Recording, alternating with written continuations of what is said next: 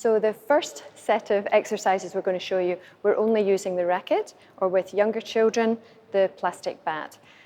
Mel is on her knees as if she is a smaller child. Sometimes it's quite good to take the legs out of it so you don't have quite so much movement, and therefore it's easier to control. We've put down the pink lines because if we have a big class of children, it's quite good to have a demarcation area that allows them to, that's where you work out of.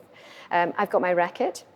So we have to remember that when children come to tennis for the first time, they have often never had a racket in their hand before. So it's a little bit like learning to write. You've got to learn how to handle the pencil or the pen first. And I feel the same about the racket. So get them used to handling the racket. So the first thing we're going to do is we're going to put the racket absolutely upright on our line, if we have one, and our fingertips on the top. And I'm going to say a body part. I touch that body part, and then I try and grab the racket again.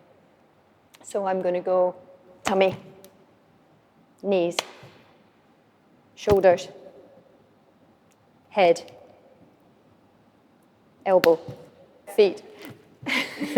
I'm going to clap and catch. So I'm tapping the top of the racket. We could just as easily do that. If that's easier for children to do, we put both hands on it and they get used to holding the grip of the racket. Next one, we have the racket absolutely upright, and we're going to try to spin it. So we're going to try and make it spin. And this is all about turning your wrist. In tennis, your wrist needs to go this way, and this way when you're serving. So your wrist has to be flexible. So we're going to spin it, trap it with both hands before it hits the ground. If you can do that, you spin it, catch with one hand, spin it, catch with the other hand. And because tennis is a two-sided sport, we do everything with right hand and left hand because we have to develop coordination on both sides of the body. So I'll spin it and catch like that. I'm going to pop it into my hand, and I'm going to try and spin it in my hand. So it's nice and loose here, and I spin it. I'm turning it that way, and I'm turning it that way. You can do that, spin it, let it go, catch with both hands. Spin it, let it go, catch with one hand. Spin it, catch with the other hand. Put the racket in my favorite hand, pass it to the other hand, round my back. Start quite slowly. When I get used to it, I'm going to go faster. And when I shout out change, you're going to change direction, change. Because in tennis, you have to hit, move, and think. Change. Just makes you think. You can do that. You're going to switch and go through your legs. Because in tennis, your arms and legs are moving at the same time. Next one, for quick reactions. You need to have quick eyes and quick hands to be able to play tennis well. So fingertips on each end of the racket, hold it out at head height. I'm going to let it drop. I'm going to catch it underneath with my palms outstretched. I'm going to try and catch it as close as I can to where I dropped it so that my hands have to move quickly. If you can do that, then you're going to track it to your tummy and catch it at your tummy. Very important in tennis that you're able to track the ball and send it and receive it, and to be able to play at different parts of your body, because we never know where the ball's going because somebody else hits it. It could be right side, left side, up here, at your ankles.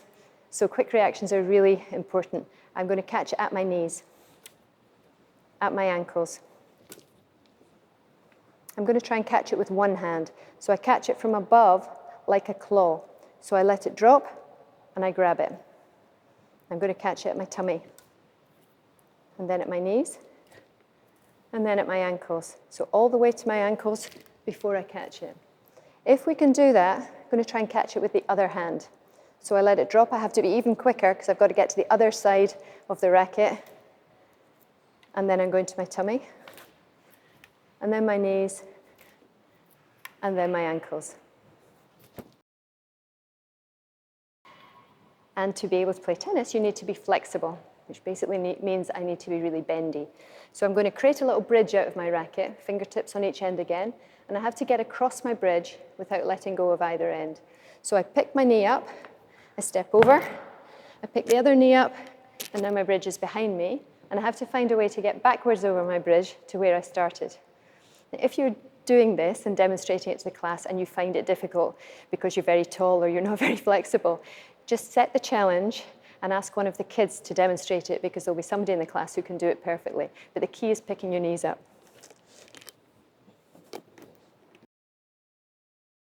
In tennis, we play lots of shots above our head. The serve is the shot that starts the game off. And we also hit things called smashes. And in life nowadays, children don't do much above their heads. They don't look up because they're always doing this. And they don't have both hands working above their heads in the way that maybe we used to when we climbed trees and monkey bars and so forth. So usually this is the hardest thing for them to learn and therefore for us to teach. So I point to the sky or the roof, I reach up with both hands, and I'm very simply passing the racket from one hand to the other. So it's actually making me do all of those things I just spoke about. If we were able to do that, we can open our arms further and let the racket fly a little bit. So I'm having to track it, I'm having to concentrate, and I'm having to try and catch it by the handle. And our last little exercise, we're going to turn into a competition. Big believer in creating challenges and competition within PE or tennis sessions in a fun, simple way. So with all competitions, you would have time to practice for your competition. So we would give the children maybe 30 seconds to practice this, and then the competition would start. So this is all about keeping the racket up on your fingertips or on the palm of your hand. The tip is that the head of the racket is right in front of your head, and you look right into the middle of the strings. So your 30 seconds would allow you to practice like this. You can move around as much as you like, but you have to concentrate on the middle of the strings.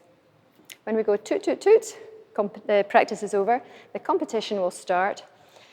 And if you lose control of the racket, if it hits the ground or it hits somebody else, or we see you holding onto the handle of the racket, you are out and you sit down. And so the last one standing will be the winner of the competition. Often this lets you identify who concentrates the best, who has the best balance or spatial awareness perhaps, and also who's competitive. So it would start like this, and the key is to keep looking at the racket, because if you don't, you won't be able to control it.